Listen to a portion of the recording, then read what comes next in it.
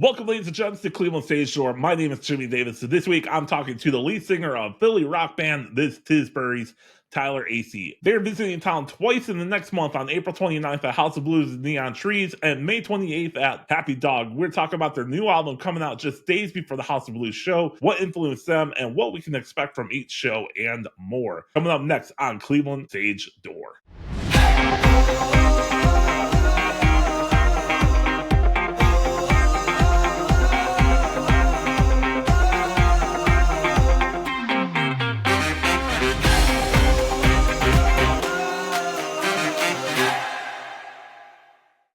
Joining me now is Tyler Asay from the Tisburys. Tyler, how are you doing today, sir?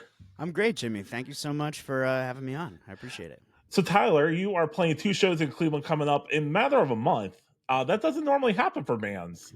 I know it's kind of crazy that we're gonna be in your lovely city twice in the next 2 months. It's a coincidence, yeah. Yes, the first time is going to be April 29th at with Neon Trees at House of Blues, and then the second time is May 28th at the Happy Dog. Tell me, what can fans expect if they come and see your shows? Yeah, it's funny. We booked we're playing this festival out in Newport, Kentucky called Midwest Friends Fest that our label is affiliated with. So we already had that booked for a couple months, and then we got the Neon Trees offer to do a bunch of shows with them a couple weeks ago. So we just got off the first leg of that tour. We did 5 dates through. It was Indianapolis, Louisville, Nashville, Asheville, and Columbus, and then. Yeah, it was amazing. It was a really fun, kind of crazy week, and I don't know, the live show with Tisburys. We just like want to bring people into our kind of fun bar rock experience. It's a little bit of Springsteen, a little bit of like the Hold Steady, just like tough as nails, sing along rock and roll. So yeah, we're gonna be bringing that to Cleveland twice in the next 2 months, which is pretty cool. Yeah, and you have an album set to release just days before your Cleveland date. What are some things that people can expect from the new album? Yeah, it's called The Still Life Revisited. It's coming out April 25th on Double Helix and Sofa Burn Records. Yeah, it's our most like I don't want to say commercial record yet, but it's definitely we've recorded the last couple records that we've done very DIY, very in basements and living rooms. And this is the first record we did in a proper studio. We cut it at Dr. Dog's studio in the suburbs of Philly. Nice. And it's just we wanted to make something that sounded good on radio, sounded good in every capacity, and just had a little more polish to it. Something that operated on a level like Neon Trees or Dr. Dog, or so bands that we looked up to. And yeah, I'm really excited for people to hear it. It's been all the singles are out, so people can get a taste of the new record. And yeah, I'm excited to see where it takes us. And tell me, you've been around since 2017. How has the sound evolved since then? Yeah, it's cool. John plays lead guitar in the band, and we kind of write the songs together. It usually starts with me, and then I'll bounce ideas off John, and we'll kind of develop the song from there. And it started kind of as an acoustic-y, folky, a little more Americana project. And as the band has changed and new members have joined, we've just developed into just a rock and roll band, indie rock, power pop. We get that a little bit sometimes. Mm-hmm. But yeah, ever since Dan, Jason, and Ben joined, we've kind of locked into this super concrete rock and roll sound, and it's been great. What would you say your biggest influence would be? Bruce Springsteen, that Okay. East Coast Okay.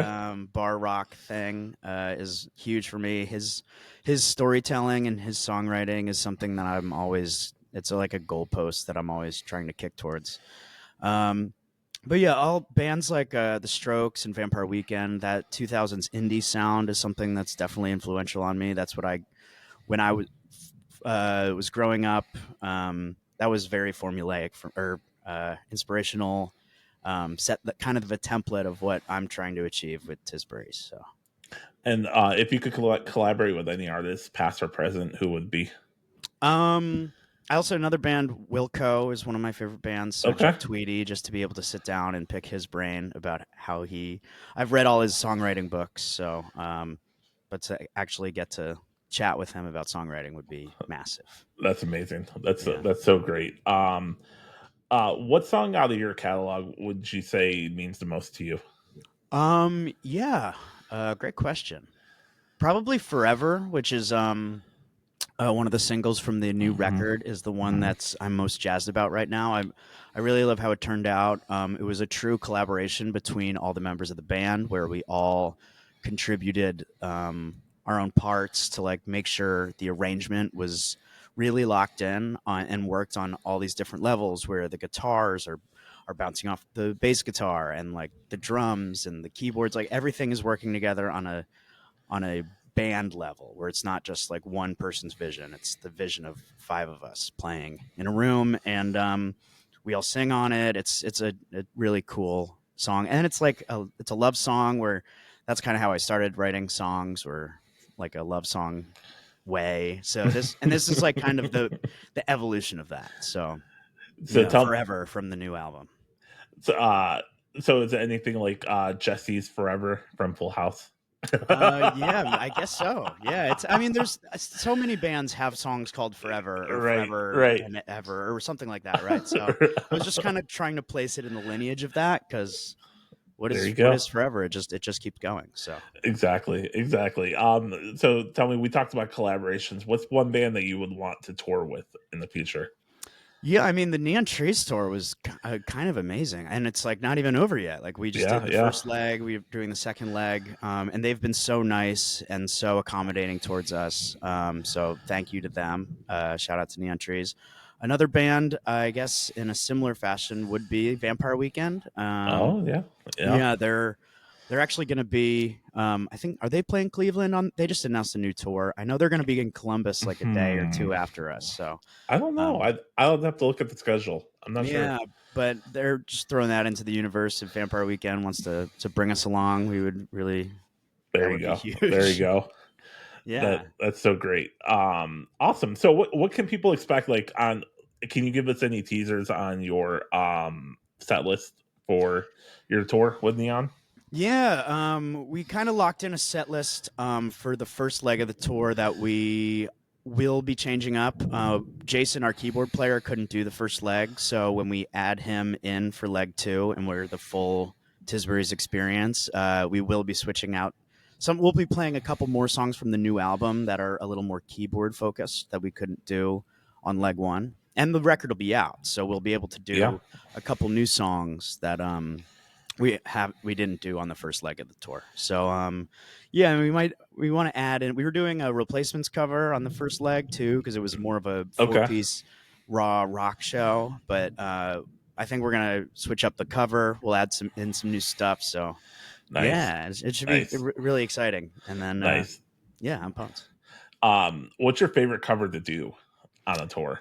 Like is Yeah, there one song that you like gets you pumped up on a set? yeah, we did. We were doing replacements on this first leg, Yep. but Hmm. we also just learned we did a St. Patrick's Day show with our friends. Our friends have Okay. a Pogues cover band that we opened for in Philly. It's like members of the Menzingers and Modern Baseball, and they That's put on an amazing. amazing show of Pogues cover. It's very Irish. Yeah, very That's amazing. Philly Irish. But we learned "Boys Are Back in Town" by Thin Lizzy Oh wow. for that Okay. show. Okay. And I've been trying to. I was like, we should do it on the Neon Trees tour, and we haven't yet, but I'm hoping we can bust that out. That's Maybe we're playing Asbury Park, Stone Pony. It's sold okay. out the day our album drops, and I was like, maybe we should do "Boys Are Back in Town" at the Stone Pony. That would be fun. There you go. There you go. That's Yeah. awesome. Speaking of Philly, how has the city influenced the sound of the band?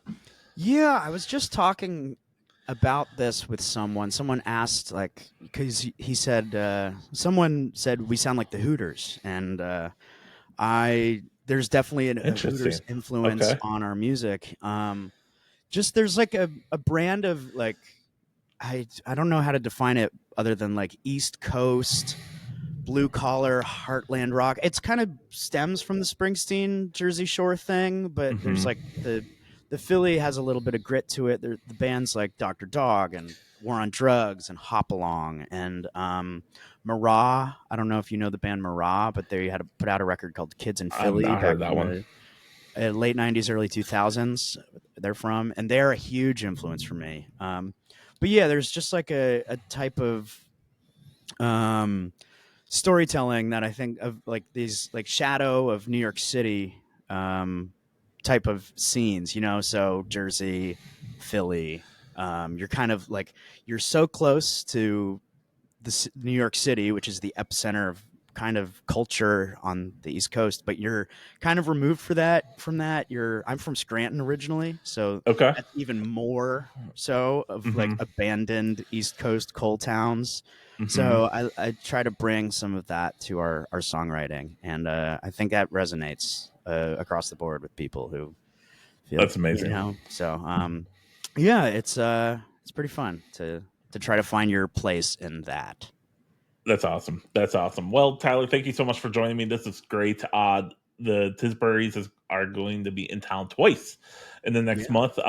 April 29th at House of Blues with Neon Trees, and then again May 28th at Happy Dog. Yeah, Happy So Dog, we're playing with our label mates Super City on Sofa Burn Records and nice. Cleveland band Boring Story. Okay. So Nice. yeah, Nice. All the information for Neon Trees is available on livenation.com. And then the May 28th, where can you get tickets for that one? yeah, I think either on Happy Dog's website, or you can go to our website or our link tree, and we have all the ticketing information for all Great. those. Great. And I'll link it down in the YouTube description as well. So Awesome. cool. Well, Tyler, thank you so much for joining me. This was great. Yeah.